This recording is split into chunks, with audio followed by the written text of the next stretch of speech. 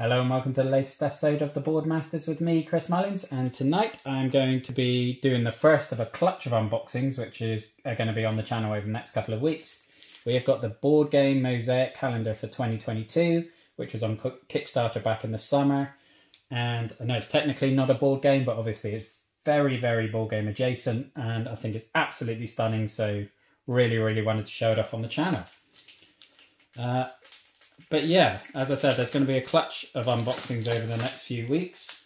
Obviously with a December birthday for me, and then Christmas as well. And then Kickstarters such as this one, and Core Quest arrived this week. And, you know, I've had notifications for Kingdom Death, Lizard Wizard, and Into Deep as well. So I'm hoping they'll all arrive before New Year. And yeah. Basically, they will all be getting showcased in the new year. So we've got some nice meeple stickers with this one.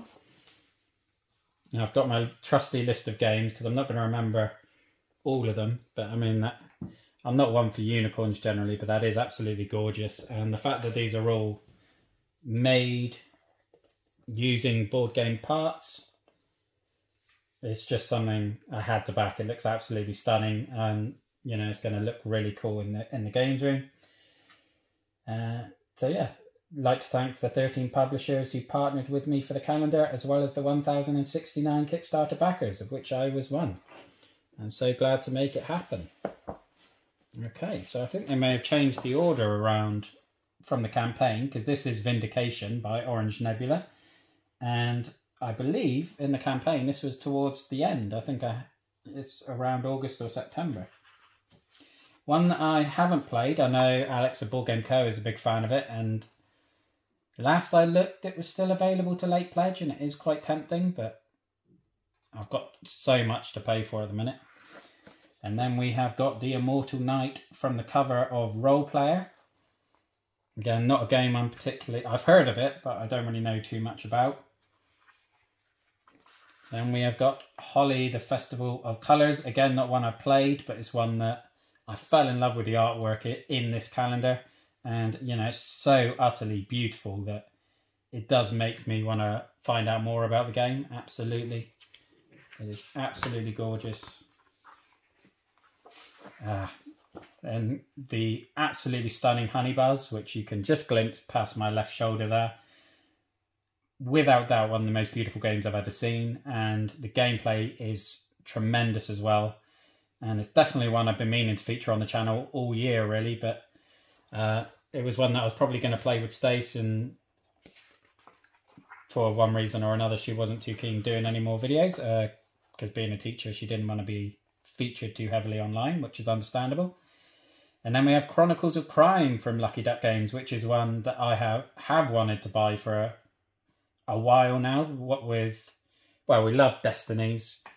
I just got Kingdom Rush from Lucky Duck Games as well, and Stace studied forensics at university, so a forensic board game was one that I thought would definitely appeal, but we just never got round to it. We've then got On Mars by Lacerda, sorry if my pronunciation isn't good enough there. Again, another game I was very interested in. It hit Kickstarter with an expansion in the summer, and unfortunately at the time I definitely didn't have the funds. It may be something, if it's available to late pledge in the new year, I may be able to go for. And then we've got Lost Ruins of Arnak, which again, just over my left shoulder there, that is one of the games I received for my December birthday, and probably will be included in this clutch of unboxing games. Although I'll probably upload it towards the end of the batch, because obviously it has been out for a little over a year now, and whilst the production quality is stunning for a retail game and why I still want to film it, it's probably not one that's going to get to the top of the queue. And then we have got Kalel from Super Fantasy Brawl. Again, another game I know Alex at Board Game Co was raving about when it first came out. It's not one that's ever really interested me too much. I love the artwork and the character designs from it, but that sort of two-player skirmish game generally doesn't appeal. And then we have got one from, I assume you pronounce it Dwarves Fall. It's Dwarves Sevens Fall. I don't know. I don't know how the real way of pronouncing the name of that game, which I believe was on Kickstarter towards the beginning of 2021. again, artwork is beautiful. I love it when there's such vibrancy of colour in the artwork of these. Also, one thing I love the fact that in the bottom half you have the games played this month, so you can record it, as well as having like the company logo and like snippets of information for each of the companies, which is really nice, a nice touch. And then we have got a spooky library with well, or anything with a spider is going to be spooky, isn't it? Which is Athenian Mystic Library, which is a game I haven't heard of outside of this calendar, to be honest. Renegade Game Studio, I believe, did My Father's Work, which I backed. But I think that's the only thing I backed, or I'm remotely familiar with from Renegade Game Studios at this point. So I'll look into that. And, of course, the infamous Gilly from Too Many Bones, who I actually received for Christmas. She was in the bundle of gear locks and expansions that Stace bought for me in last year's New Year's sale, that have been sat in this games room for the whole year, and I haven't been allowed to touch them, but I can finally unleash Gilly on those tyrants. And yeah, anything by Chip Theory Games is a winner in my book. And then the classic Star Realms, which is a game I have played digitally, and to be honest, it's one of the first that got me intrigued in the hobby, because not through the gameplay, but I think it was around when I started looking at Return to Dark Tower. There was a Star Realms collection on Kickstarter with foil artwork and things, and it looked absolutely stunning. And I very, very nearly backed it, and it almost became the first thing that I did back in the hobby. And, you know, my birthday month next year, I've got Star Realms. I do have a top 100 board game scratch post poster around here, which has Star Realms on it, that I kind of want to... I'm not going to scratch it off until I play it physically, so I'll have to get my hands on a copy soon. But that is... Oh, I don't know, I better check inside the back cover, actually. Oh, I'm glad I did. Oh, these are a few sort of extra...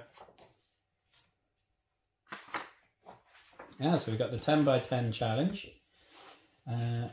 So artwork from the game Garinto by Grand Gamers Guild. Again, not one I've heard of. Grand Gamers Guild did make Endangered, which I'm currently featuring in a campaign with Chris at the moment. And we are absolutely loving that game. I think it's brilliant. So anything else from Grand Gamers Guild is definitely of interest. And then again, Bosk, never heard of that one. Looks very beautiful though. Dwellings of Eldervale. Heard a lot about that one. Absolute classic by all accounts from what I've heard of. But not one I've been able to get hold of yet. And then obviously we've got the back cover featuring the 12-month art. But that is the 2022 board game calendar from Board Game Art Creations. Absolutely stunning mosaics. So much work and effort and love goes into creating each of those. Just, I mean, everything from the planning phase all the way through to execution in terms of getting the appropriate colour, shape, meeples and everything and put it together is just, as someone with no artistic talent whatsoever, it's pretty mind-boggling to me, and they've done a phenomenal job. I think it's absolutely gorgeous, and I'm so glad that I've got my hands on one. But that is it for this video, so thank you for watching. Look after yourselves, stay safe, and have a good one. Bye-bye now.